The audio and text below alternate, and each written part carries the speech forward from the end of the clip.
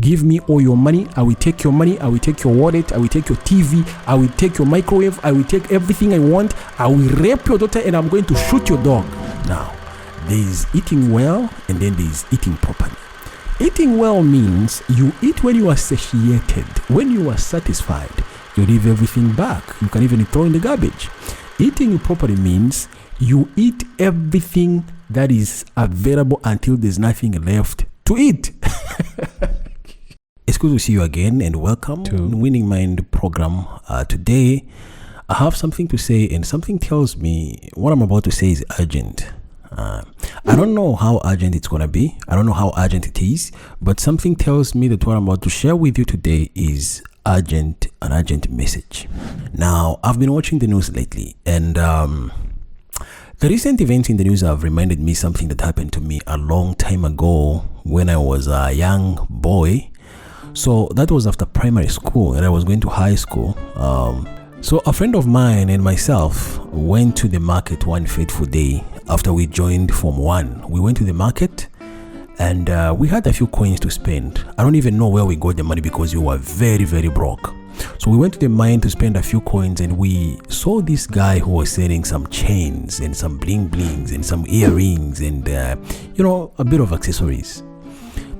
And he convinced us to buy 2 chains and he said, these are pure golden chains. These are pure gold. So we said, oh, how much? He said that, well, very cheap. And they were really cheap. But he managed to convince us that this was pure gold. I looked at my friend JM and I'm like, bro, do you have some cash? He said, yeah, I got some coins. Let us get some gold chain for ourselves. So we bought 2 chains. One for my friend, one for me. That was on a Saturday. On a Monday, we went to school. Of course, you can imagine we're young boys, very impressionable, very hot, very stupid, very adolescent. And we go to school with our golden chain in quotes. But it didn't work for us. Actually, we were the center of attraction. Everybody was looking at us, trying to look at our chains. Oh, you guys, how much did you buy these chains? Oh, you're looking beautiful. They're very nice. And we're like, hey, man, this is the real deal right here. Don't play with us. We are bad news. We have blingage. Yeah, shining. Shining. It's not bad. Every once in a while, you can just shine. So when we left the school on that Monday, there's this ghetto we used to go through going back home. Of course, we used to trek. I know some of the rich kids who are watching me, they'll be like, what? You used to walk back home from school? What had happened to the school bus? Okay, child, we never had a school bus. In fact, the fact that we even had a school was a miracle. Anyway, so back to the story. We trekked through this ghetto and this ghetto was an amazing ghetto. I mean, when I talk about ghetto, I don't know what you understand, but I want you to understand where everything bad happens. The illicit brews, prostitution, drugs, robberies, mugging, everything. The bad, the good, the ugly, but mostly the ugly was happening in this ghetto. I mean, this is a ghetto where I remember one incident, they robbed the house. Someone was robbed. They cleaned up the house. They even took the food that was boiling on the stove. They came to steal. They cleaned everything. They took the stove and they took food that was boiling on the stove. I mean, this was the kind of ghetto where you sleep listening to music and they come and steal your radio while music is playing. So you're like, oh my God, what's happening? I feel like the volume is going low. It's not the volume going low. It is your radio going. It is experiencing what we call diminishing returns. Oh man. So that was the ghetto we used to go through. But a few steps from the ghetto, there used to be a community field, and this community field is where people used to play basketball, football. I mean, that's where kids from the ghetto used to go in the pastime.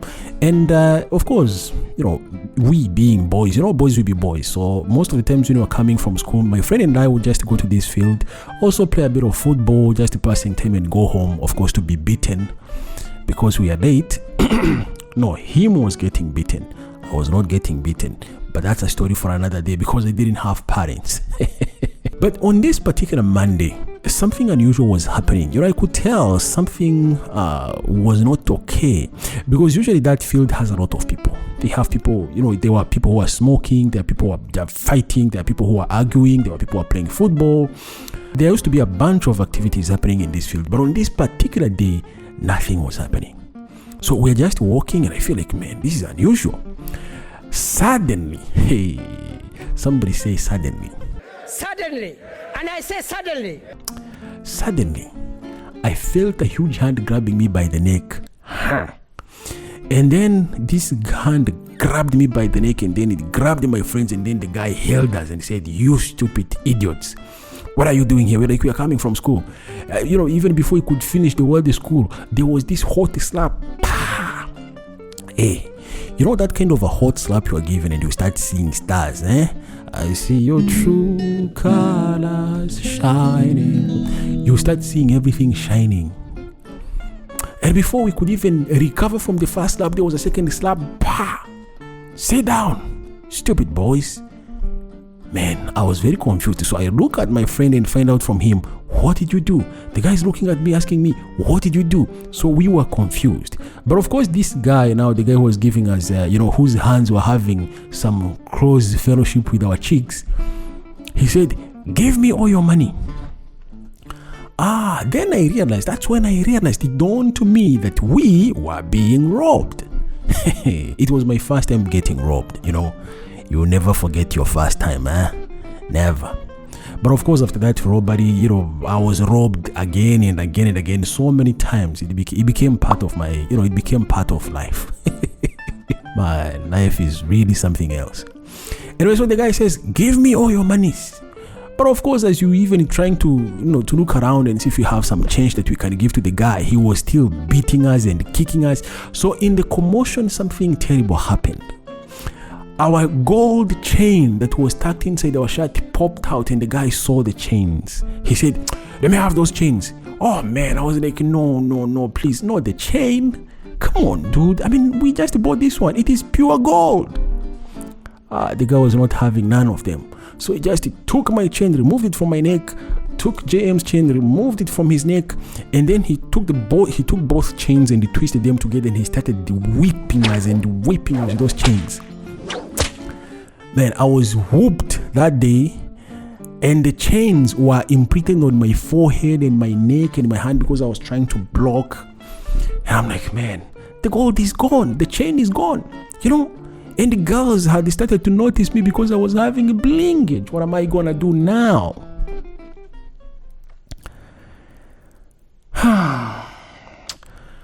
That was a moment of silence for my golden chain. Anyway, so the guy beats us silly, and then he leaves us looking like two idiots, just looking at each other, wondering what just happened. Fast forward 3 years from that time. You know what was happening between that time and the 3 years after? My friend JM and I were doing only two things. Okay, well, we were doing a lot of stuff, but mainly the major two activities we were having or we were engaged in was eating and studying. Eating and studying. And I want to say something to rich people who are watching this program today. Let me tell you a secret. Poor people are very healthy because they eat too much. Yeah, I said it. Poor people eat too much. And you're like, okay, bro, you're not making sense right now. If someone is poor, how do they eat too much? Let me explain. Hold on your horses. Hold your horses. Let me explain. You see, poor people, every time they have an opportunity to eat, they eat as if that is their last supper because they have no idea where the next meal is going to come from. So we used to do what we call eating properly. Now, there is eating well and then there is eating properly. Eating well means you eat when you are satiated. When you are satisfied, you leave everything back. You can even throw in the garbage. Eating properly means you eat everything that is available until there's nothing left to eat. Oh man. So that's why, by the way, most of the poor people, you will never see them get sick. No, when they eat, when they have an opportunity to eat, they eat properly. And of course, because you are very broke, we had to make sure that we attend every wedding, whether we are invited or not. Every birthday party, whether you're invited or not, because that's how we used to manage to survive.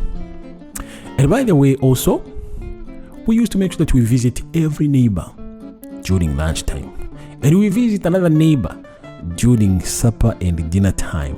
So at the end of the day, you might find that you have eaten from 10 different neighbors. That's a very good heavy meal. Could be your last supper, like I said. So don't judge me. So now, because of this eating, and of course that age, that was adolescence. We are talking about 13, 14, 15. We really grew so fast, and JM and I were among the tallest boys in the class, if not at the school. Now, one fateful day, same routine, we go through the same ghetto, through the same field. But on this fateful day, my friend JM started screaming, saying, "Hey bro, come and show you something. Look at him." And I'm like, "Look at who?" He said, "Look at the guy. It's him." I'm like, "It's him who?" And I thought maybe, because the condition of the guy he was pointing at was a very deplorable condition, I thought maybe it was one of our friends or someone he knew who needed help. So I rushed to see it was him who. Behold, the guy is like, "This is the guy who beat us sometimes back and took away our gold chains." I'm like, no, come on. But you see, even before I could, just take a good look at the guy, JM had grabbed him by the neck, and he had, he was hoisting him in the air and saying, "Bro, I am going to do an Undertaker on him. I'm going to smack him down Undertaker style."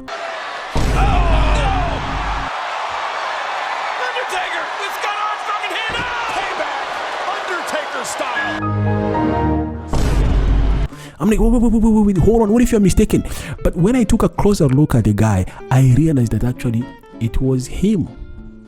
And then I remembered my gold chain. I'm like, oh, he deserves to die. Let's kill him.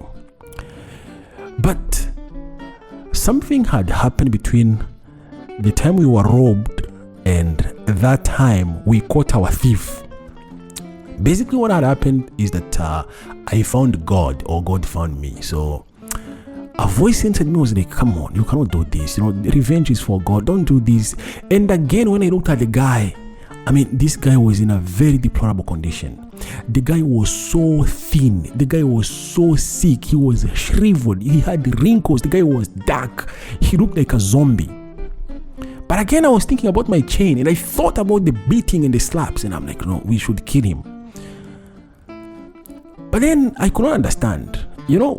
Something I could not understand is how all of a sudden this guy became so small and we became so big. But it has an explanation, a simple explanation. We kept growing up when the guy was not growing anymore. In fact, him was degenerating. So when he attacked us, he was like in his late 30s and 40s. We were young kids and we kept growing. We became stronger and taller. Him, he started declining, and of course, with alcohol abuse and drug abuse and probably HIV and AIDS and everything deplorable in the ghetto, everything had taken a toll on the guy. When you looked at him, he was so pitiful. So I told my friend, I said, "Bro, look at this guy. He's not worth it. Come on, man. Don't make your hands dirty. This guy is not worth it. Just put him down. He's a dead man. Probably he's dying tomorrow. He's only waiting for one sun to shine, and when the sun shines, probably it hits him the wrong way. The guy is going to wither and die." So my friend put the guy down, and we went on wondering how life can become such a drama and a mystery. Anyway, not to bore you with my story, this is what I'm trying to say. Basically, this is the point I'm trying to make. I've been watching news, and I'm watching news what is happening across Africa in several countries. I cannot shake off the feeling of what happened to me in this story. Everywhere you look in Africa, young people are agitating for freedom, economic freedom, financial freedom. Actually, they are agitating for the basic rights, right to life and dignity.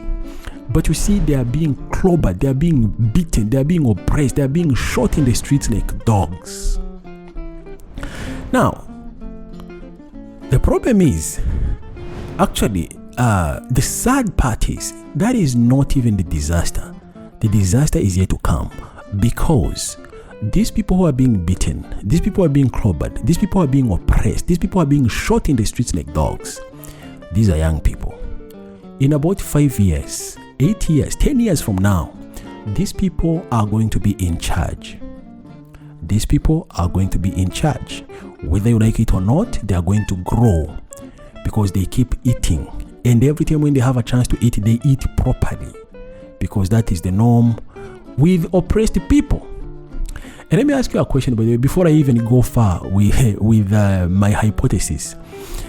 Have you seen these street children, these usually homeless, these homeless kids who live on the streets? We call them street kids. You know, in South Africa, there are many, in almost all major cities, all major metros, you find those street kids. I don't know in your country if you have those homeless kids, street kids.